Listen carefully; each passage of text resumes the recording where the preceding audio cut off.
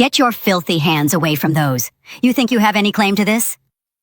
I froze, my hand still hovering over the beautifully wrapped boxes stacked on the dining table.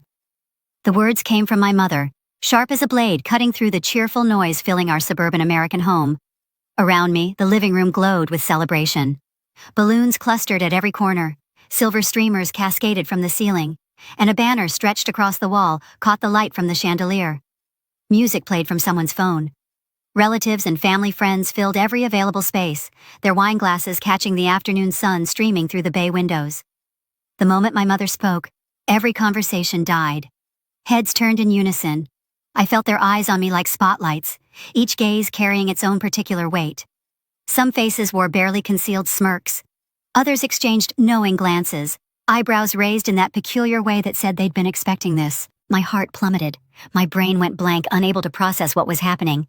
I stood there, rooted to the hardwood floor my father had refinished last summer, feeling every bit like a trespasser in my own home. Did she really think this was for her? Someone whispered, not bothering to lower their voice enough. All that education and still so naive, another voice added with a small laugh. The heat rose in my face. My eyes burned, but no tears came yet. I was paralyzed between the beautiful packages before me and my mother's cold stare. I looked down at the gifts wrapped in glossy paper with elaborate bows. I looked up at my mother's face, searching for something I couldn't name. "Where are mine?" I wanted to ask, but the words died in my throat. The scene cut away to memory, pulling me back to understand how I'd arrived at this moment. My name is Bella, and I was weeks away from completing my PhD program at a prestigious university in Massachusetts. My younger sister Jane was the star everyone saw when they looked at our family. Jane had a talent for making entrances. Every time she came home, it was an event. She'd arrive in designer clothes that whispered wealth, carrying bags with logos everyone recognized, wearing heels that clicked purposefully on our front walk. Her perfume announced her before she reached the door. She told everyone she managed an upscale restaurant in Paris, and our family drank in every word like it was champagne. When Jane visited, our parents became event coordinators. They'd rush to the door, cameras ready, orchestrating photo opportunities for social media. "Our successful daughter," the captions always read, accompanied by hashtags about American dreams and making it abroad. Meanwhile, I existed in the margins. I didn't have a full-time job yet. I worked as a teaching assistant, spent long hours in the lab, picked up tutoring gigs, and worked weekend shifts at a campus bookstore. The money covered my expenses and allowed me to contribute to household costs every month. But to my parents, my contributions were merely obligation. "You live here, you pay. That's how it works," my mother would say, as if discussing rent with a tenant rather than acknowledging her daughter. My academic achievements meant nothing in our household conversations. The research award I'd won, the paper I'd published, the conference where I'd been invited to present, all of it dismissed as just theory that doesn't pay the bills. The comparisons were constant and casual, woven into daily life like a pattern we'd all memorized. "You should be more like Jane," my mother would say over breakfast. "Look at her working in Paris. Now that's real success." At holiday dinners, Jane monopolized every conversation. Relatives hung on her stories about French cuisine and European clients, while I passed dishes in silence. When I tried to mention my research, my father would change the subject. The cruelest part? Jane never sent money home. Not once. She'd mail small gifts occasionally, expensive trinkets that served mostly as props for her narrative. But I paid rent monthly, bought groceries regularly, replaced broken appliances, and received nothing but indifference in return. In that house, my sister was the story worth telling. I was simply the pause between mentions of her name. The morning before my doctoral graduation ceremony, I woke to sounds of activity downstairs. Still in my pajamas, I descended the stairs and stopped halfway, taking in the transformation of our first floor. A massive cake sat on the dining table, 3 tiers of white fondant decorated with sugar flowers. Bouquets occupied every surface. The furniture had been rearranged to create space for mingling. Our normally modest living room looked ready for a magazine spread. Relatives I hadn't seen in months crowded the space. My mother's sister Carol arranged champagne flutes on the sideboard. Uncle Tom was adjusting the sound system. Neighbors I barely knew chatted near the kitchen entrance. My chest filled with something I barely recognized. Hope. Tomorrow was my graduation ceremony, the culmination of 6 years of exhausting work. I'd assumed my family had forgotten or didn't care, but here was evidence I'd been wrong. They'd been planning this surprise celebration all along. I walked toward the gift table, my heart hammering with unexpected joy. The packages were exquisite, wrapped in paper that probably cost more than I spent on groceries in a week, topped with ribbons that cascaded like small waterfalls. My fingers trembled as I reached for a small box wrapped in silver paper. I imagined what might be inside. A pen set, maybe, engraved with my new title. Or a frame for my diploma. Something that acknowledged what I was about to achieve. That's when my mother's voice cut through the room like breaking glass. "Get your filthy hands away from those. You think you have any claim to this?" The room went silent for exactly 2 seconds. Then the whisper started, followed by poorly suppressed laughter. "She actually thought this was for her?" Aunt Carol said, not even trying to whisper. "All those degrees and can't read a room," someone else added. My mouth opened, but no sound emerged. My face burned. My hands dropped to my sides, and I stood there feeling every eye on me, every smirk cutting into my skin. That's when Jane's bedroom door opened. She emerged like she was walking a runway. Her dress was emerald green, fitted perfectly, probably cost more than my monthly stipend. Her hair was styled in complicated waves. Her makeup was camera-ready. The room exploded with sound. "Happy birthday, Jane!" Someone started clapping. Others joined in. My uncle started singing. "To our birthday princess!" Aunt Carol called out, raising her champagne glass. I understood then, with devastating clarity. The decorations, the cake, the gifts, the crowd of relatives, all of it was for Jane's early birthday celebration. Tomorrow was my graduation. Today was Jane's party. There was no overlap, no dual celebration. I simply didn't factor into the equation. During the party, I sat in a corner like set decoration. They made sure their voices carried when they spoke. "That PhD thing Bella's doing can wait. Jane's the one we're really proud of." I smiled weakly, forced my hands to clap. "Happy birthday, Jane," I managed to say. Then I stood up, climbed the stairs, and quietly packed a bag while the party continued below. I walked out the front door with my overnight bag. Nobody asked where I was going. They were too busy shouting my sister's name. What my family didn't know was that I'd discovered Jane's truth weeks earlier. It happened by accident. Jane had come home for a weekend visit, exhausted from what she claimed was a transatlantic flight from Paris. She'd fallen asleep on the couch, and her laptop sat open on the coffee table. Email notifications lighting up the screen. I hadn't meant to snoop. I'd only meant to close the laptop so the battery wouldn't drain. But the subject line of the top email caught my eye. Schedule for next week. NYC office. NYC. Not Paris. My finger hovered over the touchpad. I shouldn't look. But something made me click. The email was from a company called Luminare Fashion Group, based in Manhattan. It outlined Jane's shifts for the following week. Tuesday through Saturday, standard retail floor hours. There was no mention of management, no mention of Paris, just a regular employee schedule for their New York location. I sat back, processing this information. Then I opened Instagram on my phone and searched for Luminary Fashion Group. Their account showed a sleek store in Soho. I scrolled through tagged photos, and there, 3 posts down, was Jane. She was behind a counter, ringing up a customer, wearing a name tag that said simply, "Sales Associate." The elaborate story Jane had constructed began to crumble in my mind. The restaurant in Paris was fiction. The management position was fantasy. She was working retail in New York and had been the entire time, probably using old vacation photos and stolen images to craft an online narrative about a glamorous European life. I should have felt vindicated. Instead, I felt sad. If Jane had just been honest about having a normal job in New York, I would have respected that. There's nothing wrong with retail work. But she'd chosen to build an elaborate lie, and my parents had chosen to believe it without question, because it fit the narrative they wanted. That's when I started researching Luminaire Fashion Group more thoroughly. I found their corporate site and clicked on Careers. They had several positions open, including one that made my heart beat faster, Operations Manager for their Manhattan flagship location. The job description matched my skill set perfectly. My PhD had given me project management experience, organizational skills, data analysis capabilities, and team coordination expertise. I'd managed teaching assistants, run research labs, coordinated conference panels. I could do this job. An idea formed slowly. Not revenge exactly. More like liberation. I needed to leave home anyway. I needed a real job. If that job happened to be at the same company where Jane worked, well, that was just circumstance. Or maybe it was poetic justice. I opened the application portal, uploaded my CV, and wrote a cover letter highlighting my qualifications. My finger hovered over the submit button. This isn't about her, I whispered to myself. This is about me, finally choosing myself. I clicked submit. For the first time in years, I felt like I was taking action for my own life rather than reacting to theirs. Commencement day arrived with perfect spring weather. The university auditorium buzzed with excitement, filled with graduates in ceremonial robes and mortarboards, surrounded by proud families clutching bouquets and cameras. I checked my phone in the holding area where doctoral candidates waited to process into the ceremony. There was one text from my mother.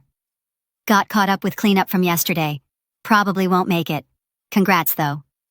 That was it. No apology. No acknowledgement of what this day meant.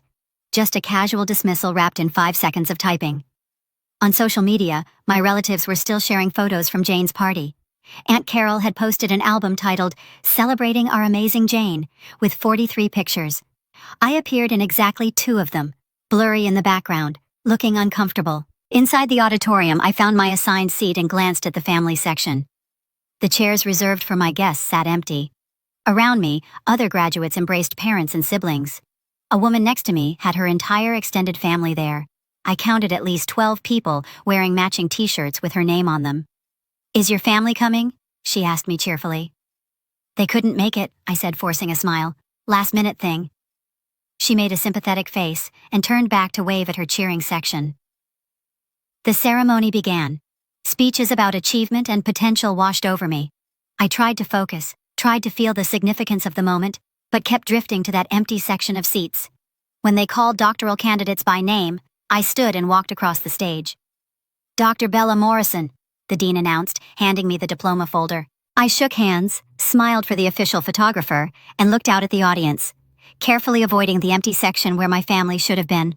I descended the stage stairs and returned to my seat, clutching the diploma that represented 6 years of work that nobody in my family had witnessed the completion of. After the ceremony, Professor Chen, my dissertation advisor, found me. Congratulations, Dr. Morrison. Your family must be so proud. They're celebrating in their own way, I said vaguely. He gave me a knowing look, but was kind enough not to push. We took a photo together, him in his ceremonial regalia, me in my doctoral robes, both of us smiling genuinely. It was the only graduation photo I'd have. Walking back to my car, I checked my email and found a message that changed everything. The subject line read, Job offer, Luminary Fashion Group. I stopped walking. Students and families flowed around me as I opened the email and read the offer. Operations Manager, Manhattan Flagship Store. Salary that made my teaching assistant stipend look like pocket change. Start date in 3 weeks. Standing in the parking lot in my graduation gown, I looked at the diploma in one hand and the job offer on my phone screen in the other. If they don't have room for me at their table, I thought, I'll build my own table. And it starts now. I returned home to find the house still disheveled from Jane's party. Crumpled napkins littered the coffee table. Empty champagne bottles crowded the recycling bin. Deflated balloons clung to corners like forgotten thoughts.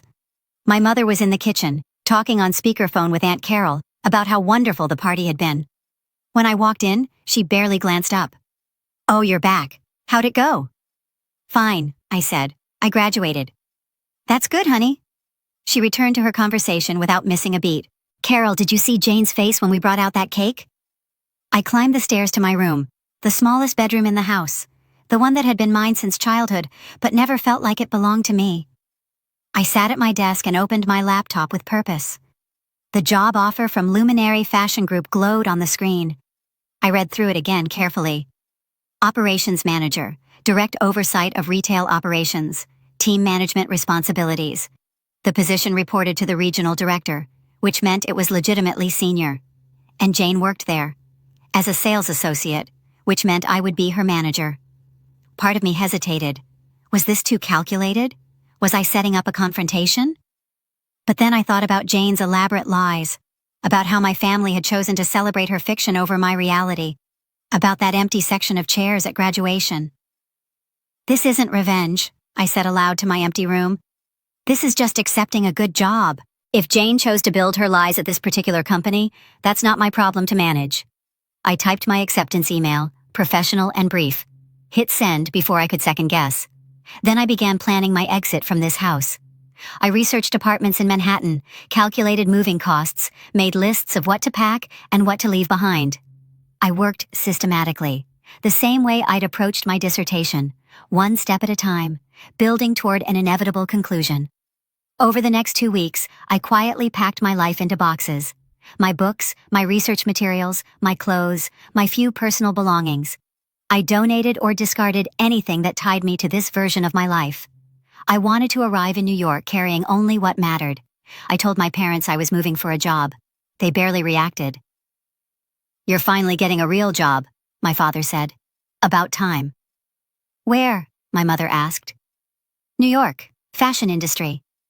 Jane knows that industry. Maybe she can give you advice." I smiled and said nothing. Let them think what they wanted. On my last night in that house, I stood in my empty bedroom looking at the bare walls where my diplomas and certificates had hung. I'd packed them all carefully. They'd hang on new walls now, walls where people might actually look at them. "I've lived like a tenant in my own home," I whispered. "Time to really move out." The next morning, I loaded my car and drove away without looking back. Manhattan hit me like a wave of sound and motion. The taxi from the airport wove through traffic while I stared out at the towering buildings and crowded sidewalks. My new studio apartment in Brooklyn was tiny, but mine, completely mine. No shared spaces, no family opinions, no comparisons to Jane, just my name on the lease. My first morning at Luminaire Fashion Group, I dressed carefully in professional clothes I'd bought specifically for this job. I took the subway to Soho, emerged onto Spring Street, and stood looking up at the sleek glass building that housed the company's flagship store and corporate offices.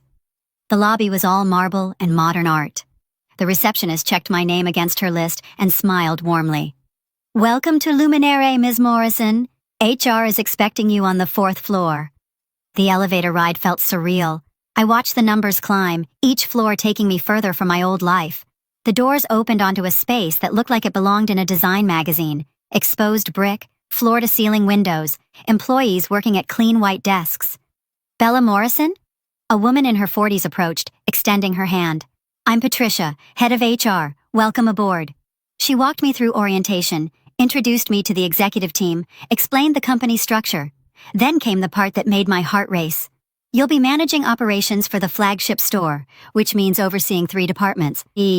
Let me pull up your team roster." She clicked through screens on her computer. "You'll have about 25 people reporting to you either directly or through department leads, the retail floor staff, inventory management, and customer experience teams." She turned the screen toward me. There, halfway down the list of retail floor associates, was a name I knew by heart. Jane Morrison, sales associate. Hire date, 18 months ago. "Is something wrong?" Patricia asked, noticing my expression. "No," I said quickly, just familiarizing myself with the names. "Great. Most of them are solid workers.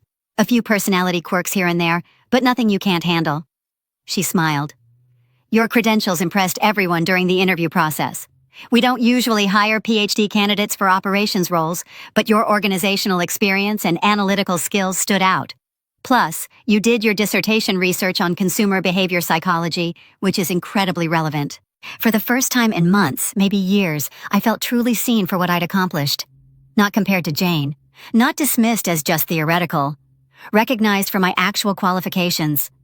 That afternoon, Patricia walked me through the floor layout. We took the elevator down to the retail level. Through the glass walls separating the back offices from the sales floor, I could see elegant displays and customers browsing racks of expensive clothing. And there, near the accessories counter, I saw her. Jane, in the company's standard black uniform, helping a customer with earrings. "That's your domain now," Patricia said, gesturing to the floor. "Ready to meet your team?" I straightened my shoulders. Absolutely. For the first time in my life, I wasn't standing below Jane on any hierarchy.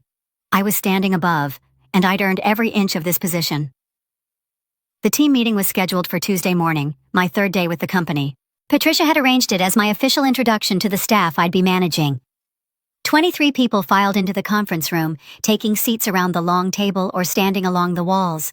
I arrived early and stood at the head of the table, reviewing my notes. Through the glass wall, I could see Jane in the hallway, talking to another sales associate.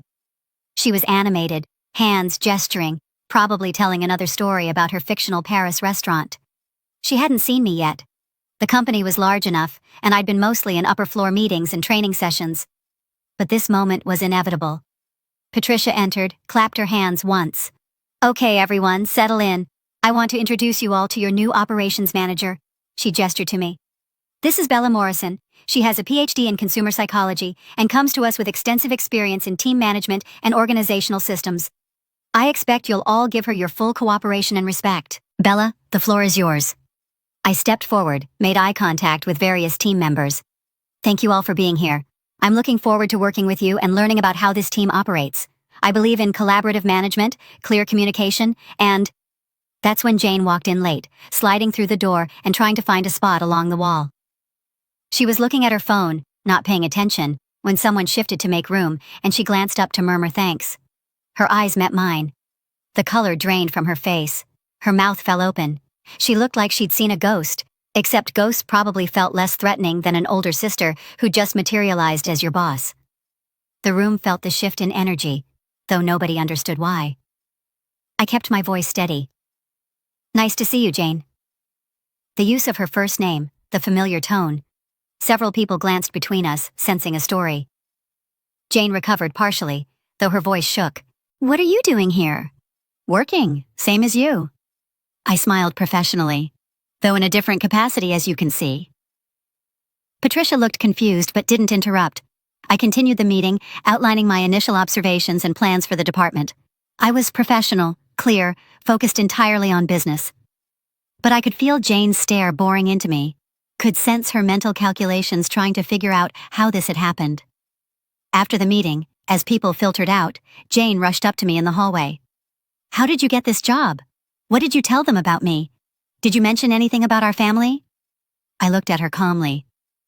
"I didn't mention you at all, Jane. I got this position on my own merits. My PhD, my experience, my qualifications. You know, all that theoretical stuff Mom always dismissed. But you can't. This isn't what?" I kept my voice low but firm. "Fair? Professional? Appropriate? I haven't done anything except accept a job I'm qualified for." "You did this on purpose." Her eyes flashed with anger, mixed with something else. Fear, maybe. "I did this for myself," I corrected. "The fact that it intersects with your life is just circumstance. Or maybe it's just truth finding its way to the surface." I paused. "How is that restaurant in Paris, by the way?" Her face went white again. I walked past her toward my office, feeling her stare follow me down the hall. The phone call came that evening. I'd just settled into my apartment with takeout when my phone lit up with my mother's name. "Hello? What the hell do you think you're doing?" No greeting, just immediate accusation. I took a breath. "I'm eating dinner. What's wrong?" "Don't play stupid with me," Jane called. "She's devastated. She said you somehow got yourself hired at her company just to humiliate her." "That's not what happened." "She said you're her boss now. How is that not deliberate?" I set down my chopsticks. I accepted a job I was qualified for. I didn't know Jane worked there until after I was hired. A small lie, but the essential truth remained. I'd earned this position regardless of Jane's presence. My father's voice joined in. I was on speakerphone. "This is family, Bella. You don't do this to family." "Don't do what?" I kept my voice level. "Succeed? Get a good job? Use my education?" "You're being vindictive," my mother snapped. "Jane said you're making her workplace hostile." "I've been nothing but professional. Ask anyone at the company." "She's your sister." My mother's voice rose. "You're supposed to support her, not compete with her." Something in me finally snapped. Not into yelling, but into clarity. "Let me ask you something," I said quietly. "Do you even remember my graduation ceremony?" Silence. "It was last month. You didn't come. You were too busy cleaning up from Jane's birthday party. The party you threw the day before my PhD graduation, using money from the family fund that was supposed to be for my graduation celebration. That's not... We were going to do something for you later." "When?" "You never mentioned it again. Not once." I stood up, pacing my small apartment. "And now Jane tells you I'm being mean to her, and you call me immediately. But I can't remember the last time you called just to see how I was doing." You're being dramatic, my father said. Am I? Let me be clear about something. Jane doesn't work at a restaurant in Paris. She never has. She's a sales associate in New York, and she's been lying to you about it for over a year. I didn't expose her lie. I didn't mention it at work. I simply took a job I earned with my own credentials. She was just trying to impress us. And I was just trying to make you proud by getting a PhD. But that never mattered, did it? My mother's voice turned cold. You're out of line. No, for once in my life, I'm exactly where I should be. I'm drawing a line. My voice was calm but unmovable. From now on, I'm limiting contact with you. I won't attend family gatherings where I'm treated like I'm less than Jane. I won't explain myself anymore. I won't compete for your attention. I'm done trying to prove my worth to people who've decided I don't have any. You can't just... I can. And I am. I love you, but I won't let you diminish me anymore. If you want a relationship with me, it needs to be built on respect. Otherwise, I'm fine with distance. I hung up before they could respond. My hands shook, but not with fear. With release. I'd spent my whole life trying to fit into a family that had no space for me. Tonight, I'd finally stopped trying. 3 months passed, seasons changed, and so did I. At Luminaire, I settled into my role with growing confidence. My team respected me, not because I demanded it, but because I'd earned it through consistent, fair leadership. The systems I implemented improved efficiency by 20%. Customer satisfaction scores rose. The regional director mentioned me in company-wide emails as an example of effective management. My name appeared on reports, presentations, strategic planning documents. People listened when I spoke in meetings. My ideas had weight. Jane and I maintained professional distance. She did her job adequately, nothing more. She stopped telling elaborate stories to coworkers. Word had somehow gotten around that she'd exaggerated her background. And the Paris restaurant narrative had quietly died. We exchanged necessary work communications, and nothing else. She transferred to a different department after 2 months, which was probably better for both of us. My family called occasionally.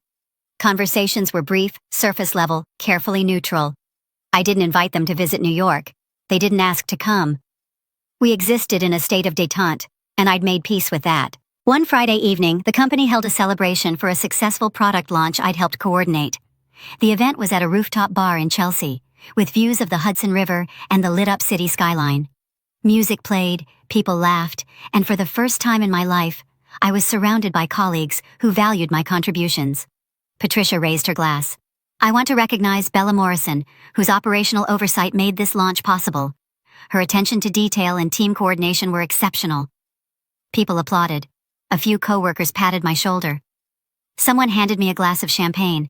I stood there holding that glass, looking around at these people who weren't my family, but who saw me clearly for who I was and what I could do. No comparisons to Jane. No dismissals of my education. No qualifications attached to their approval. I thought back to that morning in my parents' living room, standing in front of those wrapped gifts while my mother's words cut through me. Get your filthy hands away from those. You think you have any claim to this? Standing on that rooftop, I smiled at the memory. It had lost its power to hurt me. They were right in a way, I thought. I didn't have a claim to those gifts, to that party, to that version of family celebration. Those things were never meant for me. But I had built something else, a career built on my actual merits, a life where I didn't have to shrink myself, relationships based on mutual respect rather than blood obligation. Family isn't always safe. Sometimes the bravest thing you can do is stop trying to force your way into celebrations that were never planned with you in mind. Sometimes you have to leave that table and build your own. I raised my glass to the New York skyline and whispered, "Here's to the table I set for myself." And for the first time in my life, I felt completely full.